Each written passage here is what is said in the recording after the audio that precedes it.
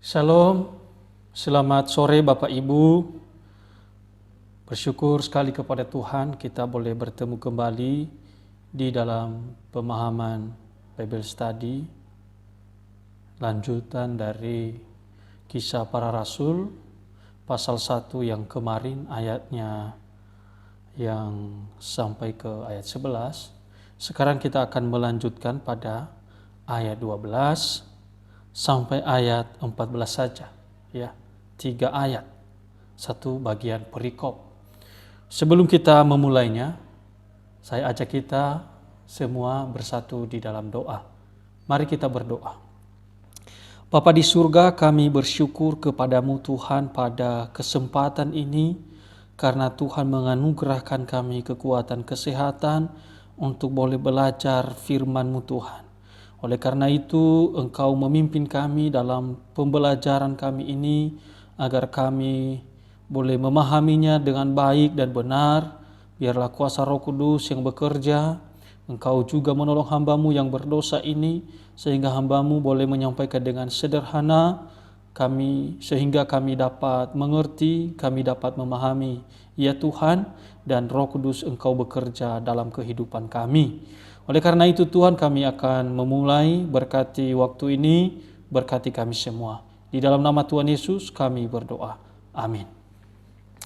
Ya, puji Tuhan, sekali lagi Shalom. Kita akan membuka Alkitab. Kita baca di dalam Kisah Para Rasul, pasalnya yang pertama. Kita baca ayat 12 sampai dengan ayatnya yang ke-14. Saya akan baca bagi kita Bapak Ibu. Judul perikop Rasul-Rasul menanti-nanti. Maka kembalilah Rasul-Rasul itu ke Yerusalem dari bukit yang disebut Bukit Zaitun, yang hanya seperjalanan sabat jauhnya dari Yerusalem. Setelah mereka tiba di kota, naiklah mereka ke ruang atas, tempat mereka menumpang. Mereka itu ialah Petrus dan Yohanes, Yakobus dan Andreas, Filipus dan Thomas, Bartolomeus dan Matius, Yakobus bin Alfeus dan Simon orang Zelot, dan Yudas bin Yakobus. Mereka semua bertekun dengan sehati dalam doa bersama-sama dengan beberapa perempuan serta Maria, ibu Yesus, dan dengan saudara-saudara Yesus. Ya, amin untuk pembacaan firman Tuhan. Judul pembelajaran kita pada sore hari ini adalah gereja yang sehat, yaitu jemaatnya harus bersatu dalam doa.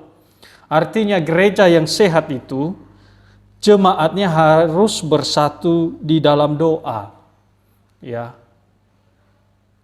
Kalau gereja itu tidak sehat, itu ditandai dengan ketidakada hati seluruh jemaat untuk bersatu di dalam doa. Bukan dalam arti kita tidak boleh berdoa secara pribadi, itu sangat boleh sekali. Tetapi juga tidak boleh tidak ada persatuan jemaat di dalam doa. Ya, maksudnya adalah harus ada perkumpulan kita, persatuan kita di dalam kita berdoa kepada Tuhan. Ya, misalnya di gereja kita sangat bersyukur sekali, sangat tepat sekali diadakan persekutuan doa di hari Rabu maupun di Kamis malam. Nah, di situ sebetulnya mengajarkan kita ada satu persatuan kita di dalam doa. Nah, itulah tema kita. Gereja yang sehat, yaitu jemaatnya harus bersatu di dalam doa. Bapak Ibu yang saya kasihi di dalam Tuhan kita Yesus Kristus, setelah kenaikan Kristus, para murid kembali ke Yerusalem dan terus berdoa dengan tabah atau sungguh-sungguh. Lukas menggunakan pergerakan para murid kembali ke Yerusalem untuk mengatur adegan peristiwa Pentakosta. Dia sudah mulai mengatur dengan sistematis bagaimana kehidupan para murid, para pengikut pada saat itu untuk mempersiapkan diri mereka di dalam menunggu janji Tuhan. Apa itu janji Tuhan? Yaitu turunnya Roh Kudus, atau istilah lain peristiwa Pentakosta. Nanti akan kita belajar, kita akan pelajari bulan depan, ya, karena sebulan itu sekali ya kita pertemuan. Nah, itu yang mau Lukas mau sampaikan kepada kita, bahwa setelah kenaikan Kristus itu, para murid itu mereka kemana? Dan para murid itu apa yang mereka kerjakan? Nah, Bapak Ibu yang saya kasihi di dalam Tuhan, kita akan lihat bagian ini, bagian isi ini, walaupun ayatnya sedikit saja, tapi kita boleh mengambil makna yang begitu dalam. Dan ini sangat penting sekali kepada saya, kepada saudara, sebagai umat Tuhan, sebagai jemaat Tuhan, bagaimana kehidupan kita bergereja, bagaimana kehidupan kita sebagai seorang pribadi lepas pribadi, ada di dalam satu perkumpulan, yaitu perkumpulan orang-orang yang keluar dari kegelapan, dibawa di dalam terang Yesus Kristus. Di dalam ayat 12 dikatakan, kenaikan telah terjadi, di mana tadi itu kita baca di Gunung Zaitun. Ya, di sana dikatakan, maka kembalilah rasul-rasul itu ke Yerusalem dari bukit yang disebut Bukit Zaitun, yang hanya seperjalanan Sabat jauhnya dari Yerusalem. Nah, gerakan kekristenan dimulai dari Yerusalem, Bapak Ibu. Gerakan kekristenan itu dimulai dari Yerusalem. Ya, ketika mereka menunggu kedatangan menunggu kedatangan turunnya Roh Kudus, maka mereka menunggunya di mana? Di Yerusalem. Dan setelah Roh Kudus mencurahkan itu, maka mereka juga sekarang keluar untuk apa? Memberitakan Injil. Maka di Yerusalem tempat gerakan kekristenan dimulai, ya. Tempat kematian Tuhan Yesus dan kebangkitannya adalah di Yerusalem juga, ya. Tempat kematian Yesus, tempat kebangkitannya juga di Yerusalem. Di sana juga terjadi. Lukas menulis itu kepada kita, kepada para pembacanya, dan kepada kita pada saat ini. Lukas memberitahu kita bahwa Gunung Zaitun adalah perjalanan hari Sabat dari Yerusalem. Ya, kita bisa lihat di dalam Keluaran pasal 16 ayat 29 dan juga Bilangan pasal 35 ayat 5. Ya, di situ kita bisa melihat bahwa Gunung Zaitun itu adalah perjalanan hari Sabat dari Yerusalem. Ya, itu merupakan suatu perjalanan, ya, hari Sabat dari Yerusalem. Nah, perjalanan kembali ke Yerusalem dari gunung yang disebut Bukit Zaitun adalah perjalanan hari Sabat. Nah, ini menjadi menarik. Kenapa saya katakan menarik?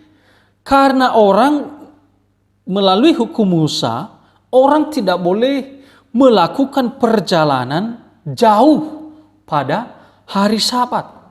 Orang pada zaman dulu itu, pada perjanjian lama, kita tidak boleh melakukan pekerjaan-pekerjaan pada hari Sabat, kecuali pekerjaan-pekerjaan tertentu. Misalnya makan, ya perlu kita makan. Tapi untuk bersawah, untuk berdagang, itu dilarang pada hukumnya Musa. Tetapi kenapa pada saat itu mereka melakukan perjalanan? Nah, ini yang harus kita jawab. Bapak Ibu, dikatakan di situ bahwa Gunung Zaitun dalam perjalanan itu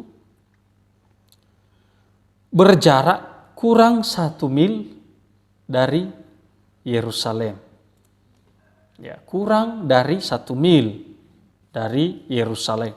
Nah, maksudnya gini, Bapak Ibu, dari Yerusalem, turun atau pergi ke Gunung Zaitun itu tidak sampai 1 mil. Nah, 1 mil itu bisa sama artinya dengan 2000 hasta. 2000 hasta. Maka 2000 hasta ini juga sama artinya dengan 2000 langkah sedang. Artinya 2000 langkah kita yang sedang, ya. Bukan pendek, tapi bukan juga yang terlalu jauh. Tapi jarak langkah kita itu sedang. Nah, itu membutuhkan 2000 langkah, itu yang namanya 1 mil. Nah, tetapi di dalam hukum diperbolehkan melakukan perjalanan 1 mil. Tapi di sini tadi dikatakan kurang dari 1 mil atau 1 mil lah. Tetapi boleh. Karena itu hanya membutuhkan waktu jauhnya 2000 langkah. Dan secara hukum itu dibolehkan. Artinya apa? Bahwa murid-murid yang melakukan perjalanan ini, perjalanan hari Sabat adalah jarak yang secara hukum diizinkan untuk dilalui oleh orang Yahudi tanpa melanggar pemahaman kontemporer tentang perintah keempat. Ya. Ini tidak berarti bahwa kenaikan itu terjadi pada hari Sabat. Tetapi ungkapan perjalanan pada hari Sabat sudah umum digunakan oleh sumber-sumber Lukas dan pendengarnya untuk menghitung jarak. Nah, di situ kita tahu Bapak Ibu ya, murid-murid setelah menyaksikan Kristus naik, maka mereka juga sekarang pergi atau pulang atau kembali ke Yerusalem. Itu ayat 12.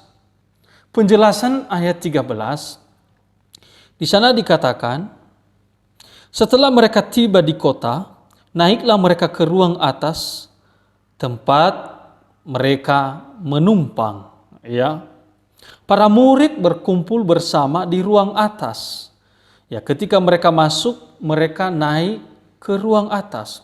Ya, kita tidak tahu sebesar apa itu ya, kemungkinan besar ya. Kamar atau lodge begitu ya. Yang penting dikatakan di sana mereka naik ke ruang atas. Nah, itu kita bisa lihat juga di dalam Kisah Para Rasul pasal 1 ayat 15 memberitahu kita bahwa ada sekitar 120 orang yang hadir. Ini termasuk di dalamnya 11 murid ya, 11 murid. Nah, sekarang muridnya tinggal 11 karena Yudas sudah tidak menjadi murid lagi. Bahkan ada yang mengatakan Yudas sudah mengakhiri hidupnya. Nanti kita lihat siapa pengganti Yudas. Nanti akan dipilih pada ayat-ayat setelah ini. Tetapi kita tadi saya katakan hanya fokus pada ayat 14. Nanti kita akan pahami atau pelajari itu di bulan depan.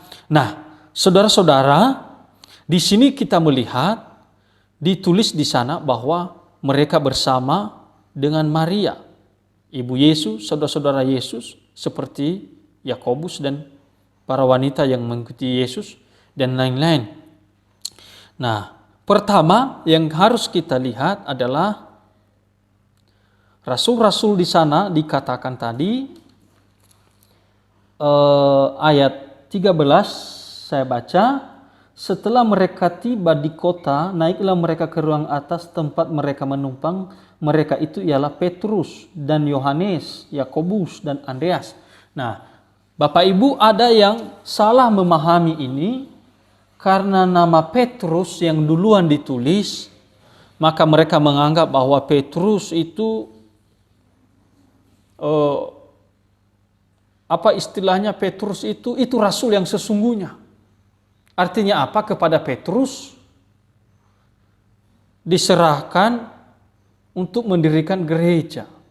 Dan dikatakan bahwa gereja yang didirikan oleh Petrus itu adalah Roma Katolik. Dan Petrus yang paling terbesar di antara para rasul. Dan saya kira ini pandangan yang keliru. Kenapa? Karena mereka katakan, karena Lukas menulis Petrus yang pertama. Ya, tidak ada hubungannya di situ. Mungkin Lukas menegaskan bahwa Petrus ditulis yang pertama karena nanti kita akan lihat bahwa Petrus yang berkhotbah terus, ya, yang memiliki keberanian, ya, yang memberikan motivasi, ya, motivasi kepada teman-temannya atau pengikut yang lain. Tapi kalau secara kualitas sebagai rasul sama dengan rasul yang lain. Nah, dan ini bertentangan ketika Roma Katolik katakan bahwa Petruslah yang paling tinggi di antara rasul-rasul karena namanya pertama disebutkan di sini di awal mereka kembali ke Yerusalem. Maka Bapak Ibu, maka doktrin mereka juga tentang Maria yang tertinggi, maka itu juga akan mematahkan konsep itu kalau kita ikuti jalur pemikiran mereka. Karena di sini juga terakhir dikatakan Maria, ya, ibu Yesus. Berarti kalau dalam penulisan ini, kalau kita ikuti cara berpikir mereka mengikuti urutan ini, maka Maria ditulis namanya paling terakhir juga. Artinya apa? Bahwa Maria tidak terlalu hebat, ya, tidak seperti yang mereka agung-agungkan itu, di mana mereka berdoa kepada Maria, Bunda yang Kudus, dan itu membantah sendiri. Nah, itu bagian itu saya memberikan pemahaman kepada kita itu secara singkat saja supaya ketika mendengar doktrin yang mengatakan bahwa Petrus yang paling tertinggi oleh karena namanya disebutkan, saya katakan itu yang salah. Ya. Dan kemudian kita melihat tadi bahwa mereka naik ke di mana tadi ya, di lantai 2. Di sini dikatakan tadi setelah mereka tiba di kota, naiklah mereka ke ruang atas tempat mereka menumpang. Mereka itu ialah Petrus. Nah, Bapak Ibu, saya katakan kalau di rumah kita mungkin lantai 2, tapi kalau rumahnya berlantai-lantai, kita tidak tahu di bagian mana. Yang penting dikatakan tadi ruangan paling atas. Ini mungkin ruangan yang digunakan untuk perjamuan terakhir atau ruangan di mana Yesus menampakkan diri kepada murid. Peristiwa-peristiwa sebelumnya. Itu hanya kemungkinan Bapak Ibu. Bahkan mungkin kabar milik Ibu Yohanes Markus. Kita bisa lihat itu di pasal 12 ayat 12. Semua adalah kemungkinan itu Bapak Ibu. Lukas melanjutkan dengan membuat daftar para rasul. Daftar ini identik dengan daftar sebelumnya dalam Lukas pasal 6 ayat 14. Daftar Lukas mirip dengan daftar dalam Matius. Matius pasal 10 ayat 2 dan Markus pasal 3 ayat 16. Perbedaan utama adalah bahwa Lukas memiliki Yudas putra Yakobus, bukan Matius dan Tadeus milik Markus. Lukas juga menggambarkan Simon sebagai orang Zelot, di mana Matius dan Markus menyebutnya orang Kanaan. Dalam bahasa Aram, Kananean adalah kata yang sama juga sebetulnya Bapak Ibu dengan zealot, ya. Zelot atau zelot, ya. Zealot bacanya juga zelot adalah nasionalis Yahudi yang menjadi terkenal selama abad pertama di Yerusalem dan yang memimpin pemberontakan besar melawan Roma. Nah, itu hanya sekedar penjelasan kepada kita ketika mereka pulang, ketika malaikat menegur mereka, jangan lihat ke atas terus. Maka mereka melakukan pekerjaan di ruang atas. Apa yang mereka lakukan? Mereka di situ bersatu hati. Mereka di situ bersepakat. Mereka di situ berkumpul. Bersatu dalam doa. Di mana kita lihat itu, kita bisa lihat di dalam ayat 14-nya. Ayat 14 dikatakan, mereka semua bertekun dengan sehati dalam doa bersama-sama dengan beberapa perempuan serta Maria, ibu Yesus, dan dengan saudara-saudara Yesus. Lukas memberitahu kita di dalam ayat 14 ini bahwa para rasul mengerahkan diri mereka untuk berdoa. Bahkan mereka bergabung terus-menerus dalam doa dengan setia mengamati musim-musim doa bersatu yang ditentukan. Itu menurut pendapat Bruce. Dia katakan dengan setia mengamati musim-musim doa bersatu yang ditentukan. Maksudnya ini mereka punya kesepakatan, mereka kapan berdoa, berkumpul di situ, bersatu hati, menaikkan doa-doa mereka. Ini menunjukkan kepada kita bahwa Bruce Lempe juga memberikan pendapat. Dia katakan bahwa ini menunjukkan bahwa Yesus ditemukan dalam doa sebelum dia menerima roh. Dan di sini Lukas menyuruh para rasul melakukan hal yang sama. Di mana kita lihat itu waktu Yesus dibaptis, ia sebetulnya berdoa Bapak Ibu. Dan di sana kita lihat bahwa Roh Kudus turun atasnya. Maka Lukas juga mau menulis kepada pembaca atau menulis untuk menegaskan kepada kita bahwa murid-murid juga melakukan hal yang sama. Ya, untuk menerima Roh Kudus itu turun atas hidup mereka, mereka juga berdoa seperti yang dilakukan oleh Yesus. Ini yang saya katakan penting sekali doa. Gereja yang tidak berdoa, maka itu juga gereja yang tidak mengalami Kristus dalam hidupnya. Mereka yang tidak mengalami Roh Kudus dalam hidupnya, dan mereka yang tidak mau diperbaharui terus-menerus oleh Roh Kudus.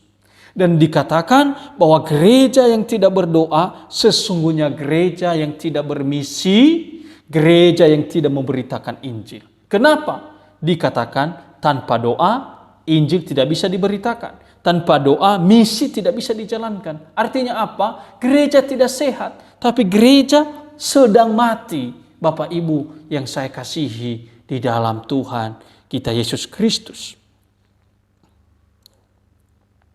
Dia menyarankan bahwa Lukas ini menyarankan bahwa urusan utama murid-murid di dalam doa adalah urusan tentang mengenai karunia Roh Kudus. Ya.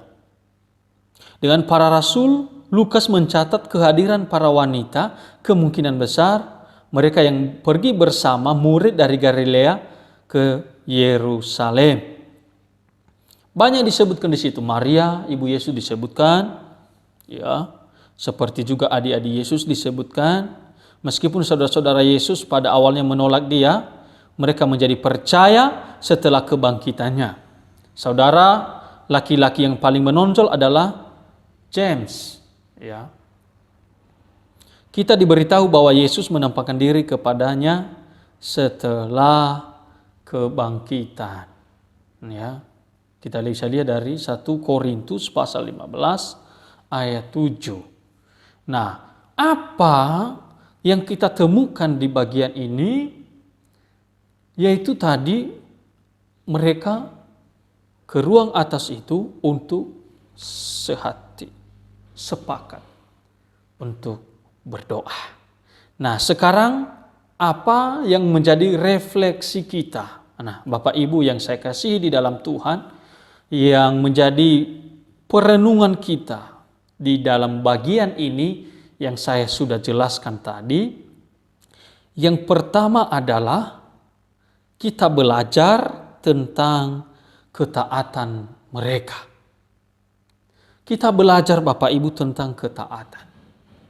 Di dalam mengikut Tuhan, di dalam melakukan perjalanan hidup sebagai seorang musafir dalam dunia ini, kita juga perlu ketaatan. Ya, ketika malaikat menyuruh mereka untuk pergi, jangan menatap ke atas terus. Harus bermisi. Harus pergi. Sekalipun Kristus tidak hadir secara fisik, tetapi mereka taat Bapak Ibu. Kita lihat tadi dalam ayat 12, mereka pergi ke Yerusalem. Nah Bapak Ibu yang saya kasih di dalam Tuhan, ketaatan sangat-sangat penting sekali dalam kehidupan kita. Ketika mereka kembali ke Yerusalem, ini adalah ketaatan yang luar biasa. Yesus menyuruh mereka kembali ke Yerusalem dan menunggu kedatangan Roh Kudus. Kita lihat tadi di Kisah Para Rasul di dalam pasal 1 ayatnya yang keempat. Dan itulah yang mereka lakukan. Mereka tidak melupakan khotbah itu segera setelah mereka mendengarnya. Dan mereka benar-benar melakukan apa yang Yesus perintahkan. Meskipun dia tidak lagi hadir secara fisik bersama mereka. Ini ketaatan yang benar, ketaatan yang sungguh-sungguh mengikut apa yang Tuhan mau. Ya, ketika mereka mendengar khotbah Tuhan, menyampaikan khotbahnya, menyampaikan firman-Nya, menyampaikan perintahnya, mereka taat. Mereka tetap berada di Yerusalem, mereka terus berdoa menunggu kedatangan Roh Kudus, dan mereka tidak boleh pergi-pergi. Ini menunjukkan suatu ketaatan. Apa yang mereka dengar, itulah yang mereka lakukan. Apa yang Yesus khotbahkan kepada mereka, itu yang mereka lakukan. Nah, Bapak Ibu yang saya kasihi di dalam Tuhan, dalam kehidupan kita juga sebagai orang percaya yang setiap minggu, setiap hari kita mendengar firman Tuhan, apakah firman yang disampaikan kepada kita itu kita boleh taat untuk melakukannya? Dan ini menjadi pertanyaan penting bagi kita. Sama seperti murid, mungkin ketika Kristus hadir secara fisik, mungkin mereka bisa melakukan, cari muka kan, takut, kan ada Kristus di samping mereka. Tetapi ketika Kristus tidak ada, tidak dilihat secara kasat mata, apakah mereka taat? Sama, relevan dengan kehidupan kita. Ketika Kristus tidak ada di samping kiri kanan kita, kita tidak bisa melihat secara kasat mata yang sebetulnya ia hadir setiap hari dalam hidup kita. Tapi kita tidak bisa melihat secara kasat mata. Apakah kita juga taat kepadanya? Ketika firman Tuhan diberitakan di mimbar, ketika firman Tuhan kita baca, dan kita mendapatkan suatu berkat di situ, berkat rohani yang menuntun hidup kita, apakah kita taat atau tidak? Tetapi di dalam refleksi kita ini, mestinya kita taat. Sebagai murid yang sudah berjumpa dengan Kristus, harus taat kepada Kristus. Yang kedua, refleksi yang perlu kita renungkan adalah mereka berdoa dengan sehati. Ya, kita lihat tadi di dalam ayat 14, mereka semua bertekun dengan sehati dalam doa bersama-sama. Ini semua berlanjut dengan satu kesepakatan atau kesatuan hati. Ini adalah kesatuan yang paling penting. Ya, kesatuan yang paling penting. Bapak Ibu yang saya kasihi di dalam Tuhan.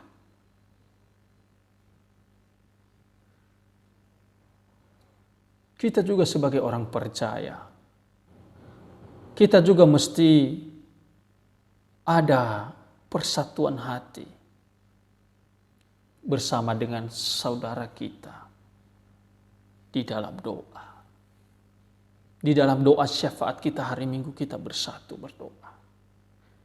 Dan kita sudah ada sarana di gereja untuk berdoa, baik itu hari Rabu maupun Kamis. Kalau secara pandemi kita dimungkinkan untuk berdoa di tempat kita masing-masing, atau karena kesehatan tubuh fisik kita kurang sehat, bisa berdoa di rumah. Tetapi yang mau saya sampaikan adalah, dan bukan saya yang menyampaikan dengan pendapat saya pribadi, kita baca dari firman Tuhan ini, orang yang mestinya udah merasa sehat, kuat, harus datang sebetulnya di dalam persekutuan doa kepada Tuhan. Itu satu ciri khas kita sebagai orang Kristen, di mana ada persatuan kita di dalam doa. Ya, hamba Tuhan harus berdoa. Saya mau katakan hamba Tuhan harus berdoa. Majelis juga harus berdoa. Harus ada kesempatan kita Karena kita sedang melayani Allah yang memberikan misi bagi kita. Dan misi ini tidak bisa dilakukan oleh satu orang. Tetapi harus bersama-sama untuk saling menguatkan, saling mendukung, saling memiliki kesatuan hati. Mereka berdoa dengan sehati. Anugerah Allah yang lebih melimpah bila orang-orang berdoa dengan sehati. Itu anugerah Allah yang sungguh melimpah jika anak-anak Tuhan berdoa dengan sehati.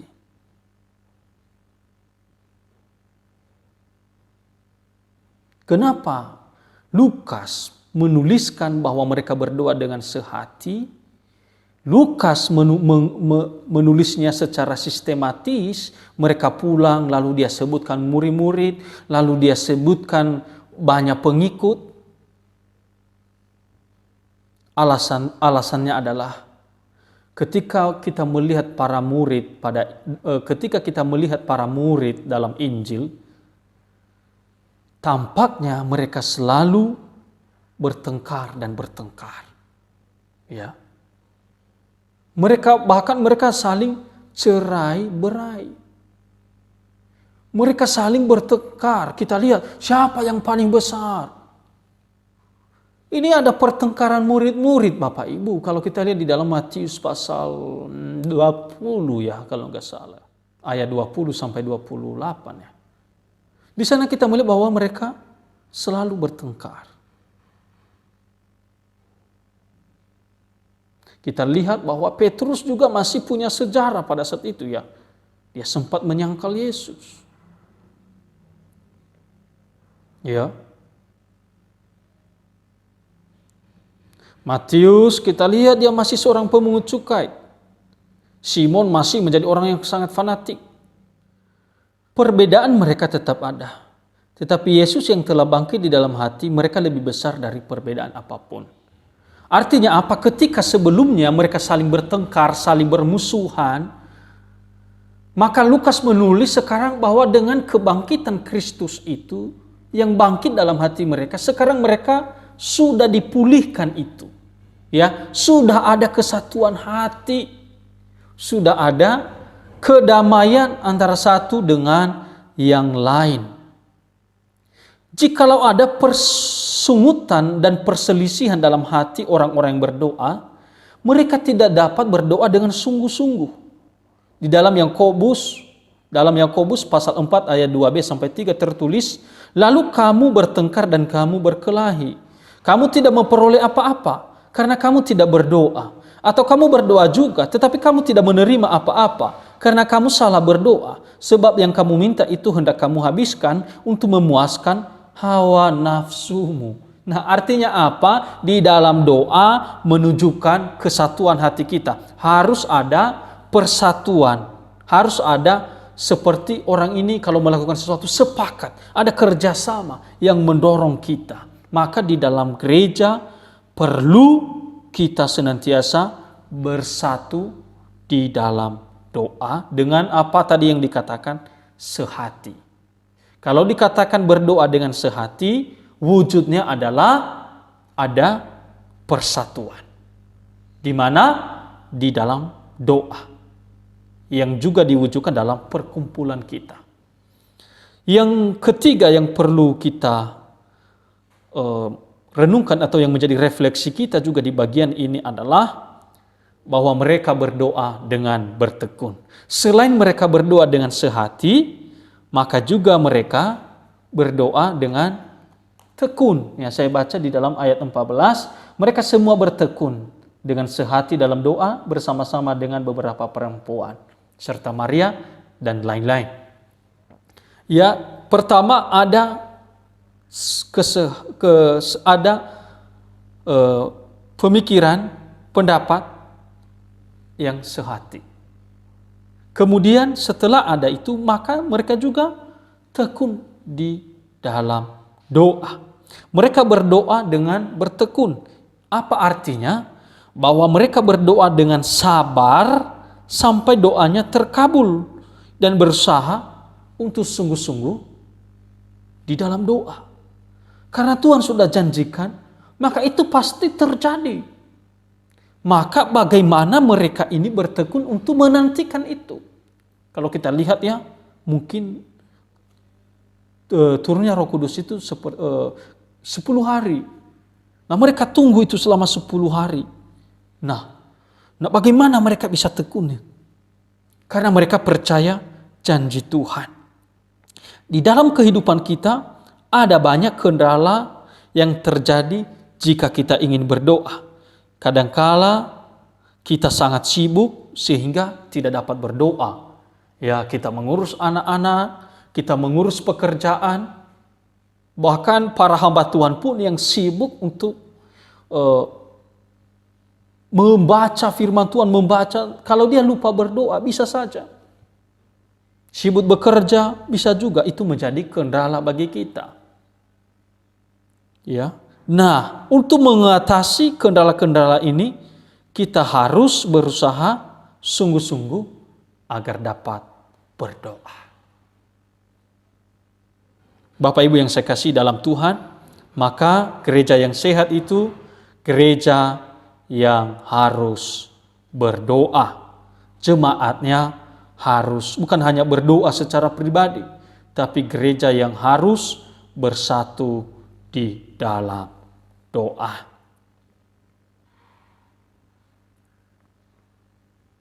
Oleh karena itu, biarlah pelajaran kita pada sore hari ini dapat memberkati kita semua. Amin.